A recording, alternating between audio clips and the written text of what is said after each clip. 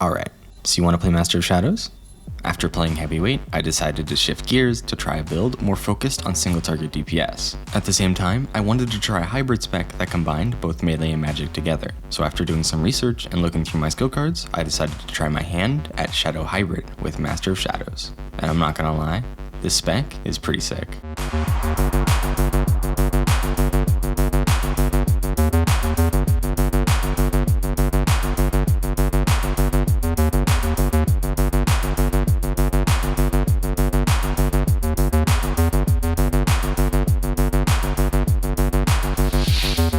First, let's break down what exactly Master of Shadows does. Simply equipping Master of Shadows causes your Sinister Strike, Eviscerate, Garrote, and Rupture to deal additional shadow damage, scaling with your spell power. This effect is the build's bread and butter, dealing around 30 to 50% of your total damage on any given fight.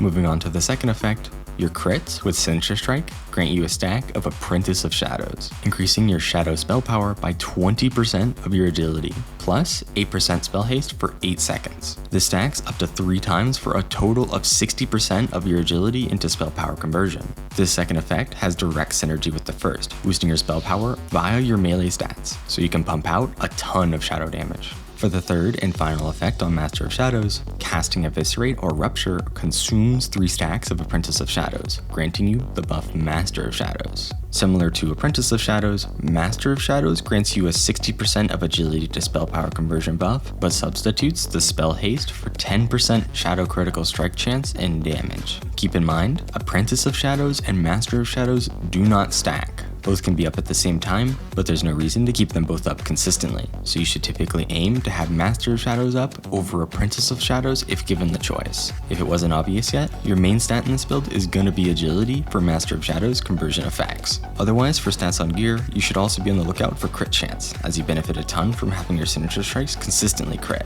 Your goal in this build is to keep up Rupture, Garrote, and Devouring Plague consistently to deal ridiculous amounts of shadow damage periodically, while at the same time, spamming Sinister Strike to generate an avalanche of combo points, finishing your target with Eviscerate over and over again in rapid, shadowy succession. With that, let's move on to level 1 abilities. There are 2 ways to start off with this build, depending on your skill cards. With no cards at all, you should start Sinister Strike, Stealth, Slice and Dice, and Heroic Strike. Sinister Strike is obviously core to your rotation, Stealth allows you to potentially roll Garrote, Slice and Dice is a synergistic passive buff, and finally, Heroic Strike passively boosts your damage. This setup gives you the chance to roll Garrote naturally, which is critical to your rotation. However, if you have a Garrote skill card, swap out Stealth for something else like Blessing and Might, as you'll be able to cast Garrote while outside of Stealth easily via the Serrated Blade's talent. Plus, skill cards don't require you to have the spell's respective stance learned already, making Stealth an irrelevant role. For spells you're looking to roll leveling, you'll need a few specific abilities to fill out your core rotation.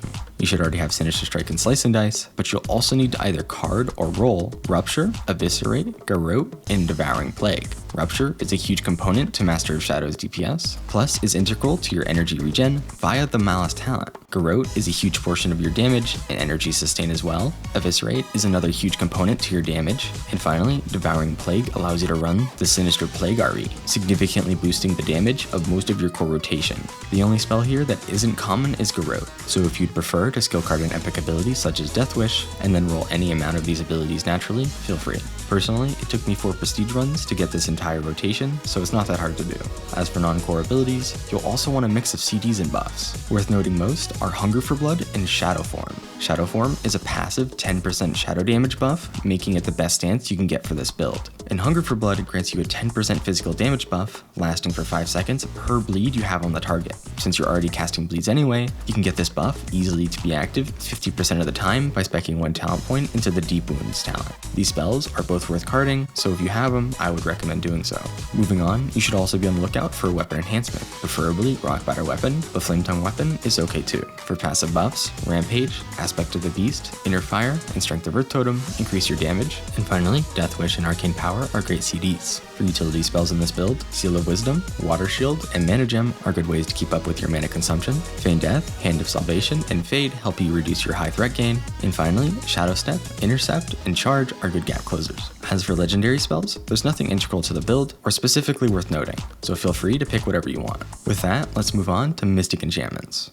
Your legendary is of course Master of Shadows, but for epics, I take What We Do in the Shadows, Sinister Flurry, and Tides of Battle. What We Do in the Shadows gives you a 2% shadow damage buff whenever you deal non-periodic physical damage, equating to a 10% shadow damage buff basically all the time. Sinister Flurry gives your Sinister Strikes a chance to cast a weaker version for free. The important part of this RE is its ability to generate additional combo points, letting you cast Rupture and Eviscerate much more often.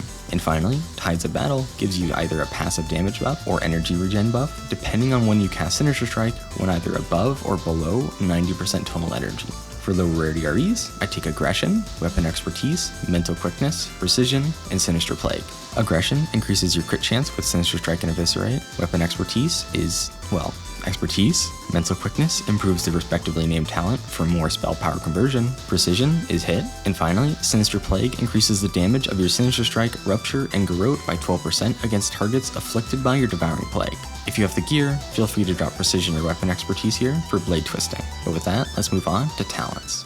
As usual, I'll be splitting talents into either support or damage depending on their effect. For damage talents, I take Aggression, Close Quarters Combat, Dirty Deeds, Find Weakness, Honor Among Thieves, Improve Sinister Strike, Lethality, and Mental Quickness. Aggression is even more crit chance to Eviscerate and Sinister Strike. Close Quarters Combat is 10% critical strike chance for having a dagger or fist weapon equipped. Dirty Deeds gives your finishers an execute-like damage boost. Find Weakness gives you 6% crit chance and allows Garrote to benefit from haste. Honor Among Thieves helps you generate combo points even faster. Improves Sinister Strike, boosts its damage, and lowers its energy cost. Lethality increases the critical strike damage of your combo point generators. And finally, Mental Quickness converts 40% of your attack power into spell power.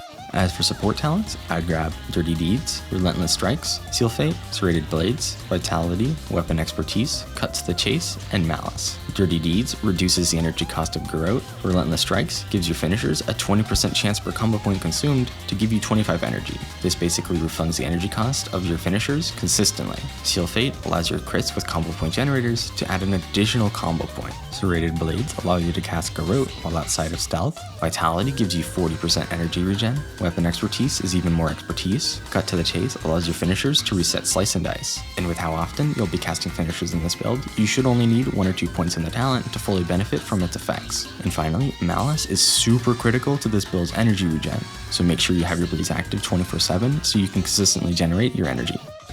And that does it for my guide on Master of Shadows. This build felt super unique and flavorful, and I definitely recommend it to anyone interested in either high single target DPS or in a dot style rotation. Otherwise, thanks for watching and have a good one.